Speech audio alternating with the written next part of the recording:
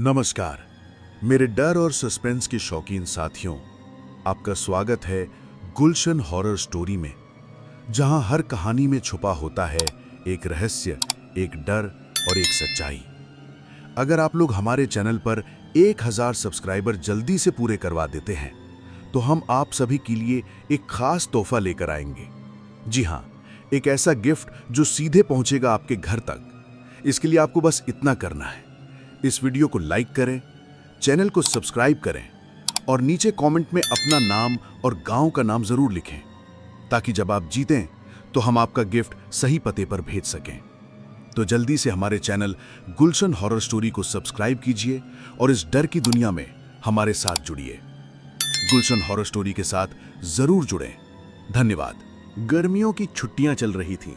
शहर की चकाचौंध और शोरगुल से ऊब चुके 4 जिगरी दोस्त अर्जुन, करण, रोहित और समीर एक अलग तरह का एडवेंचर करने का प्लान बना रहे थे। ये चारों बचपन से साथ थे, लेकिन इस बार उन्होंने तय किया कि भीड़-भाड़ से दूर किसी शांत, रहस्यमयी जगह जाएंगे। शाम का वक्त था जब वो एक पुराने नक्शे को देखकर गांव के बाहरी इलाके में पहुंचे। वहां एक चाय की दुकान पर बैठा बूढ़ा आदमी उन्हें टकटकी लगाए देख रहा था।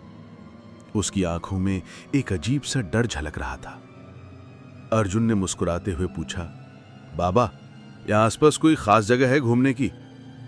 बूढ़ा आदमी कुछ देर चुप रहा, फिर धीमी आवाज में बोला, अगर जान प्यारी है तो पहाड़ी के उस पार मत जाना। वहां विजयराज हवेली है, सैकड़ों साल पुरानी। वहां जो भी गया जिंदा लौट कर नहीं आया। चारों दोस्तों ने एक दूसरे को देखा और हल्की सी मुस्कान दी। डर से ज्यादा उन्हें रोमांच महसूस हो रहा था। करण बोला, बस वही तो देखना है। बूढ़े ने एकदम गुस्से में कहा, पागल हो क्या?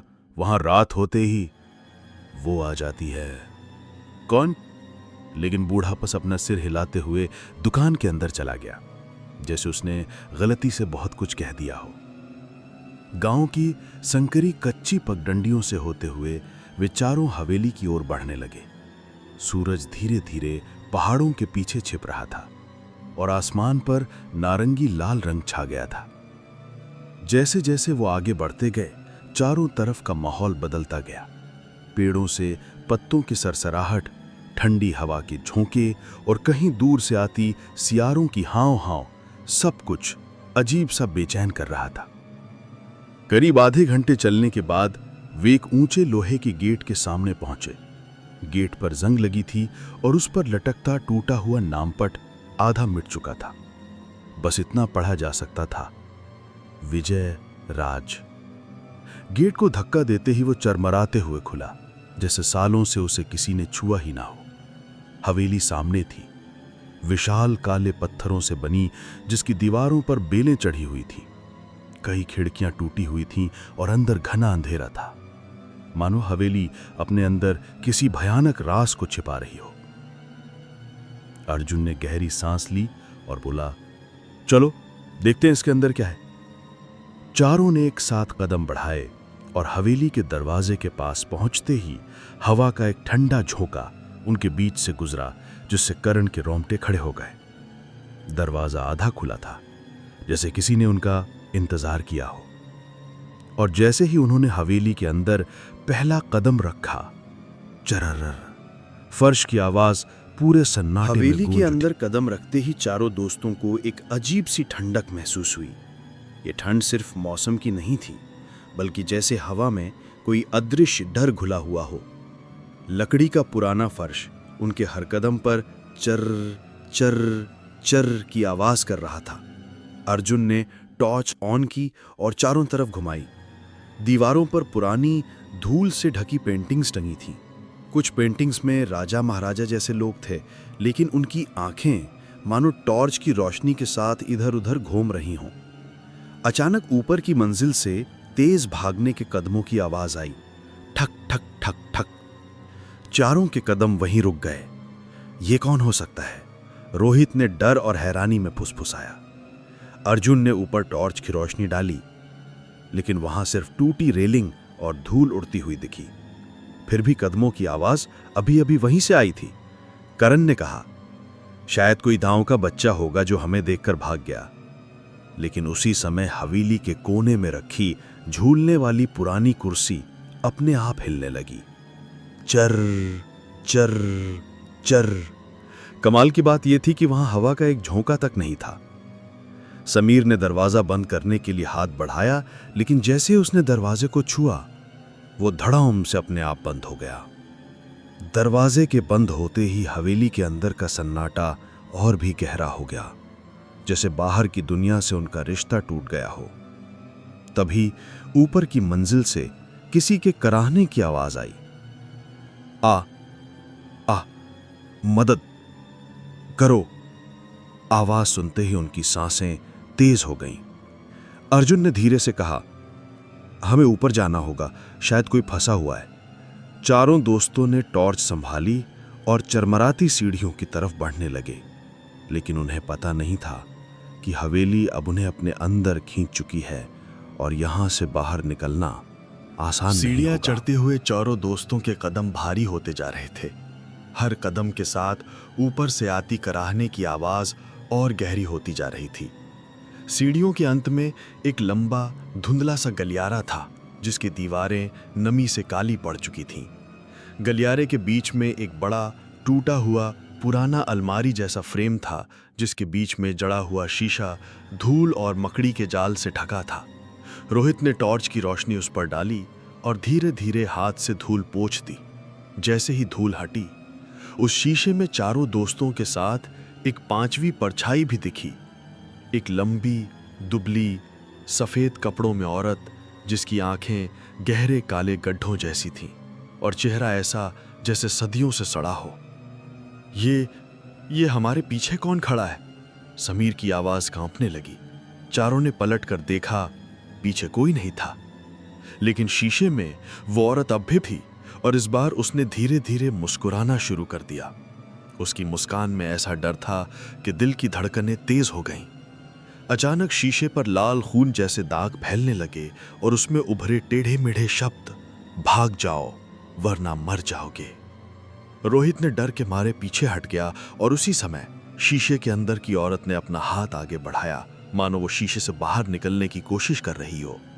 अर्जुन ने तुरंत अपने बैग से कपड़ा निकाला और शीशे को ढकने की कोशिश की, लेकिन उस पल ऐसा लगा जैसे हवेली के पूरे गलियारे में किसी ने चीख मार दी हो। आवाज इतनी तेज थी कि कानों में घंटियां बजने लगीं।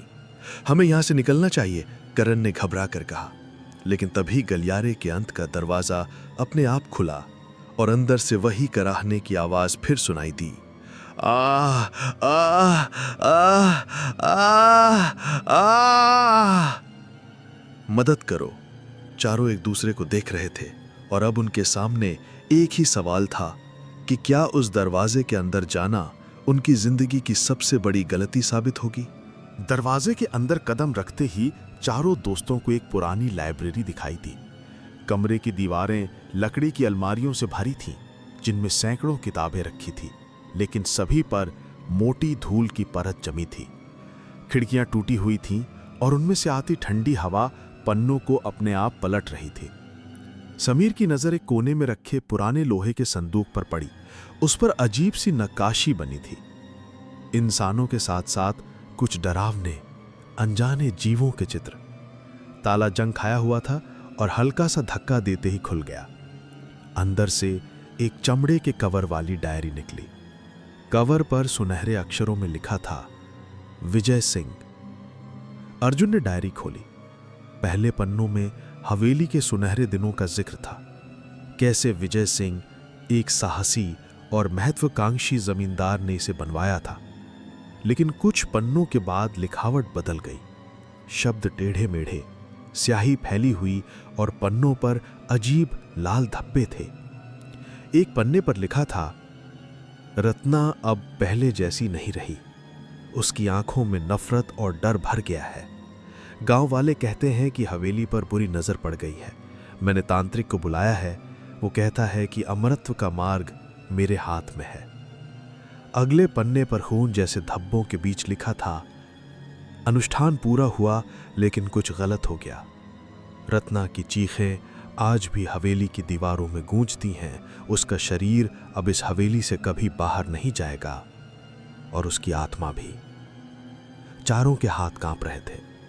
करण ने धीरे से कहा, मतलब ये हवेली किसी श्राप के अधीन है। तभी अचानक पीछे रखी एक पेंटिंग गिर पड़ी। पेंटिंग में विजय सिंह और उसकी पत्नी रत्ना देवी थे, लेकिन जैसे ही अर्जुन ने टॉर्च की रोशनी रत्ना के चेहरे पर डाली, उसकी आंखें पेंटिंग से हटकर सीधे अर्जुन को घोरने लगीं। कमरे के कोने से एक ठंडी फुसफुसाती हुई आवाज आई, तुम्हें यहां नहीं आना चाहिए था। लाइब्रेरी की ठंडी हवा में अब भी रत्ना की फुसफुसाहट जैसे तैर रही थी। चारों दोस्तों ने टॉर्च संभाली और कमरे से बाहर निकलकर ऊपर की मंजिल की ओर बढ़ना शुरू किया। सीढ़ियों पर धूल इतनी मोटी जमी थी कि उनके पैरों के निशान साफ बनते जा रहे थे। ऊपर पहुंचते ही गलियारे के अंत में उन्हें एक भारी लोहे का दरवाजा दिखा। दरवाजे पर मोटी मोटी लोहे की जंजीरें लिपटी हुई थीं और बीच में एक बड़ा सा ताला लगा था। दरवाजे पर हल्के हल्के खरोच के निशान थे, जैसे किसी ने अंदर से उसे तोड़ने की कोशिश की हो लेकिन नाकाम रहा हो।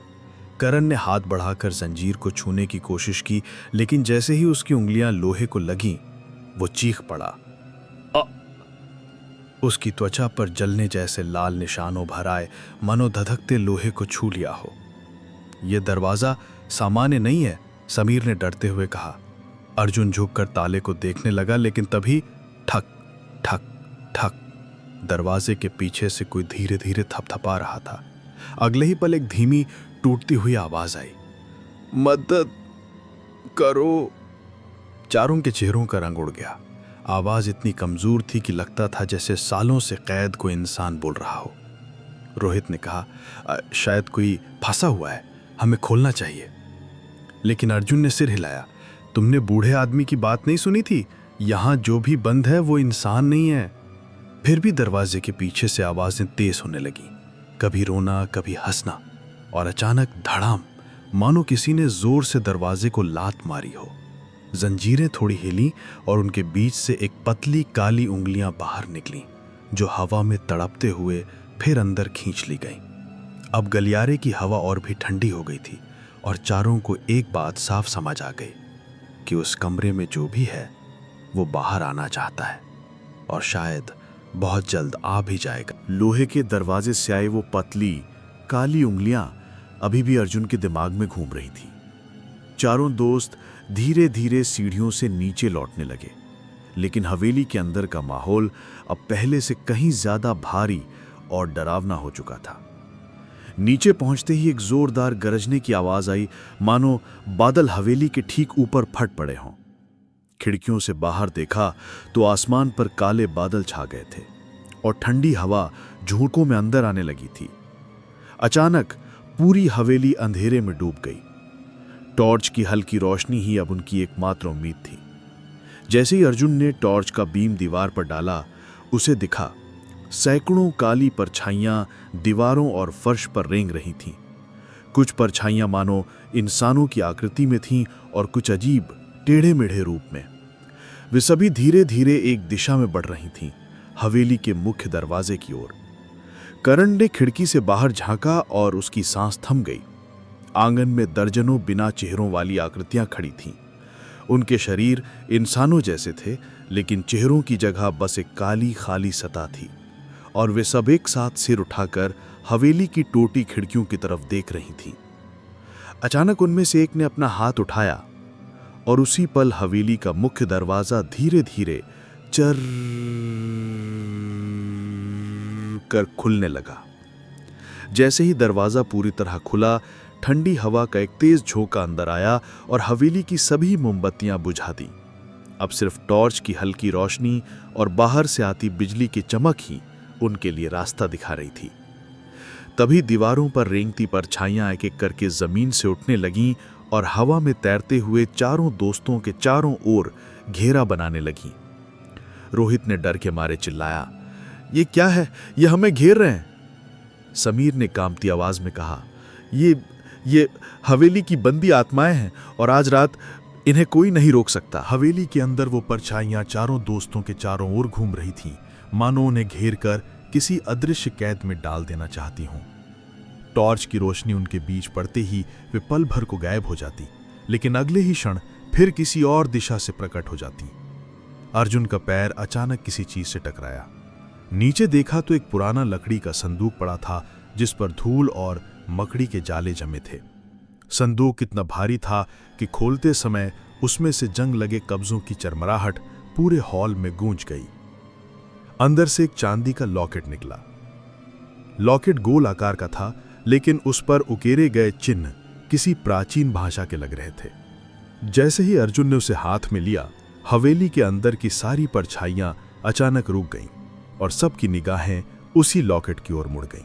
समीर ने कांपते हाथों से लॉकेट उठाया और लाइब्रेरी में मिली डायरी का एक पन्ना याद किया। उस पन्ने में लिखा था, रत्ना की आत्मा को तभी मुक्ति मिलेगी जब उसका लॉकेट उसके शरीर के पास रखा जाएगा। उसका शरीर उस कमरे में है जिसे मैंने लोहे की जंजीरों से बंद किया है। लेकिन सावधान, जो भी उस कमरे में जाएगा वो वापस शायद ना लौटे। करण ने डरते हुए कहा, मतलब उस बंद कमरे में रत्ना का शव है? रोहित ने धीमी आवाज में जवाब दिया, और शायद वो हमारे आने का इंतजार कर रही है। अचानक चारों तरफ से एक महिला की धीमी लेकिन डरावनी हंसी सुनाई दी। तुमने मेरा लॉकेट ढूंढ लिया, अब आओ और मुझे आजाद करो। उस आवाज के साथ हवेली की दीवारें कांपने लगीं और ऊपर की मंजिल की ओर जाने वाली सीढ़ियों पर खून जैसे लाल पैरों के निशान बनने लगे, जो सीधे उसी बंद कमरे तक जा रहे थे। अब चारों को साफ समझ आ चुका था, अगर हवेली से जिंदा निकलना है तो उन्हें उस कमरे में जाना ही होगा। लेकिन वहां जाना मौत को दावत देने जैसा था। रात के ठीक 12 बज चुके थे और हवेली के भीतर चारों तरफ एक अजीब सन्नाटा पसरा था। बाहर तेज हवा के झोंके पुराने पेड़ों की शाखाओं को एक दूसरे से टकरा रहे थे, जिससे डरावनी चरमराहट गूंज रही थी। अर्जुन, विक्रम और कबीर हाथों में जलती लालटेन थामे हवेली के उस हिस्से की ओर बढ़ रहे थे जहां अब तक कोई भी जाने की हिम्मत नहीं कर पाया था। वो जगह जिसे गांव वाले मौत का दरवाजा कहते थे। दीवारों पर पुराने खून के धब्बे और टूटी फूटी पेंटिंग्स लटक रही थीं। अचानक अर्जुन के पैरों के नीचे फर्श हिला और एक गहरी दरार से ठंडी हवा का झोंका निकला, जैसे कोई अदृश्य हाथ उन्हें अंदर खींचना चाहता हो। विक्रम ने कांपती आवाज में कहा, ये हवा नहीं है, ये तो किसी की सांस जैसी है। उनके सामने एक विशाल लकड़ी का दरवाजा था, जिस पर अजीब चिन्ह खुदे हुए थे। उन चिन्हों से हल्की लाल रोशनी निकल रही थी, मानो दरवाजा जिंदा हो। अर्जुन ने हाथ बढ़ाकर उसे छूना चाहा, लेकिन जैसे ही उसकी उंगलियां दरवाजे से लगीं, एक भयानक चीख गूंजी और दीवार पर लटकती पेंटिंग में बनी औरत की आंखें हिल गईं। अचानक दरवाजा अपने आप खुलने लगा। अंदर घना अंधेरा था, इतना कि लालटेन की रोशनी भी उसमें खो जाती थी। हवा में जलती लकड़ी और सड़े मांस की मिली-जुली बदबू थी। तीनों ने कदम बढ़ाया ही था कि पीछे से हवेली का मुख्य दरवाजा जोर से बंद हो गया। अब वापसी का कोई रास्ता नहीं था। अंदर का फर्श गीला था और कदम रखते ही ऐसा महसूस होता था जैसे वो किसी नर्म मांस पर चल रहे हों। दूर अंधेरे में उन्हें कई परछाइयां हिलती दिखीं, कुछ इंसानों जैसी तो कुछ बिल्कुल अनजान आकार वाली। अचानक उनमें से एक परछाई उनकी ओर दौड़ी और सीधा विक्रम के सामने आकर रुक गई। वो एक काले घूंघट वाली औरत थी, जिसके होंठ सिल दिए गए थे और आंखें खून से लाल थीं। उसने अपनी उंगली विक्रम की ओर उठाई और दरवाजे के अंदर की गहराई की ओर इशारा किया, जैसे उन्हें वहां आने का न्योता दे रही हो। अर्जुन ने घबराकर पीछे हटने की कोशिश की, लेकिन पीछे अब सिर्फ काला धुआं था, जो धीरे धीरे उनका रास्ता बंद कर रहा था। अब उनके पास बस एक ही रास्ता था, अंधेरे के उस गर्त में कदम रखना जहां मौत का दरवाजा उन्हें बुला रहा था। हवेली के अंदर अब माहौल पूरी तरह बदल चुका था। हर तरफ अंधेरा और सड़ांध की बदबू फैल चुकी थी। हवेली के दरवाजे अपने आप बंद हो गए थे, जैसे किसी ने उन्हें बाहर निकलने से रोकने के लिए जकड़ दिया हो।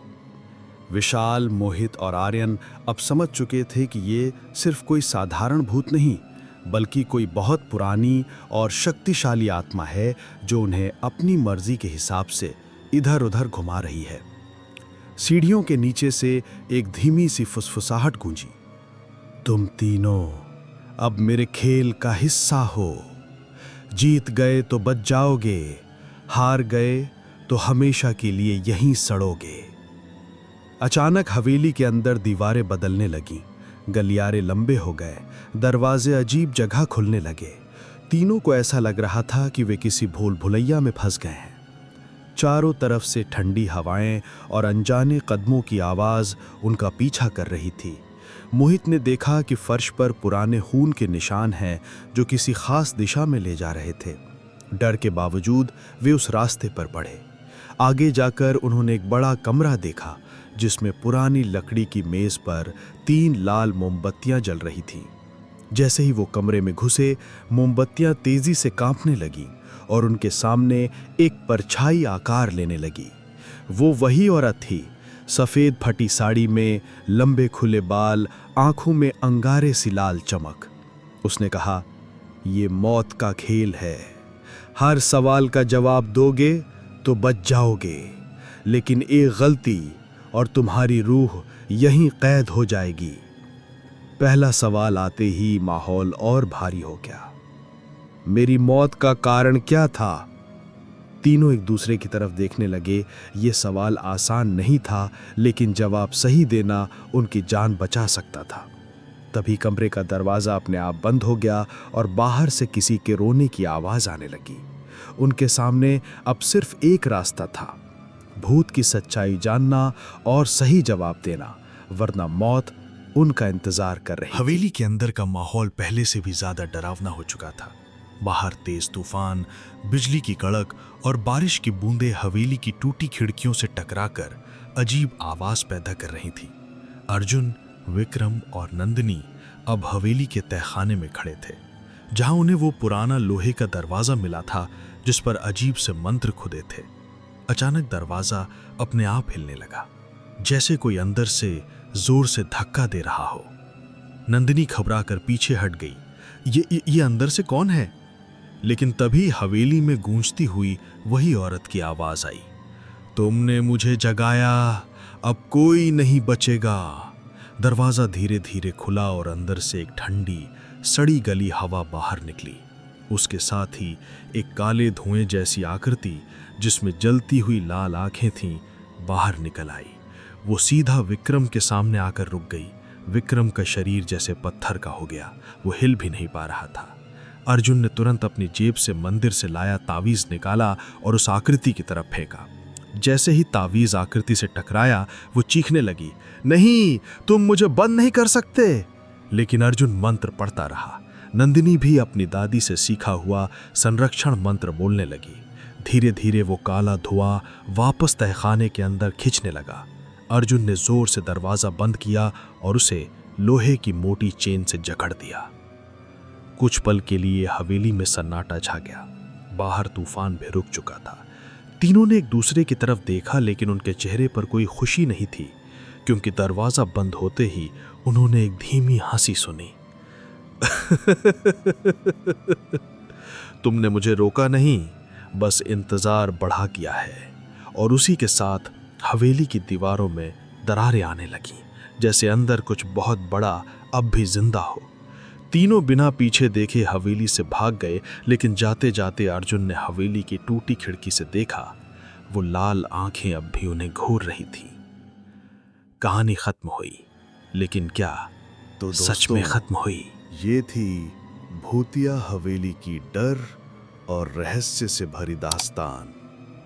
एक ऐसी हवेली जो सदियों से अपने अंदर अनगिनत राज और खौफ समेटे हुए थी, जहां जाने वाला कभी भी पहले जैसा वापस नहीं लौटा, और जहां की हर दीवार से दर्द और बदले की चीखें गूंजती थी। याद रखिए, अंधेरे में छुपे कुछ साए सिर्फ डराने के लिए नहीं होते, बल्कि अपनी अधूरी कहानी सुनाने के लिए भी होते हैं। कभी गलती से भी उस हवेली के रास्ते मत भटकना, क्योंकि वहां का हर दरवाजा आपको मौत की ओर ले जा सकता है। अगर आपको ये कहानी पसंद आई हो तो गुलशन हॉरर स्टोरी चैनल को ज़रूर सब्सक्राइब करें, ताकि मैं आपके लिए ऐसे ही खतरनाक और रूह कंपा देने वाले किस्से लाता रहूं, क्योंकि डर यहीं ख़त्म नहीं होता।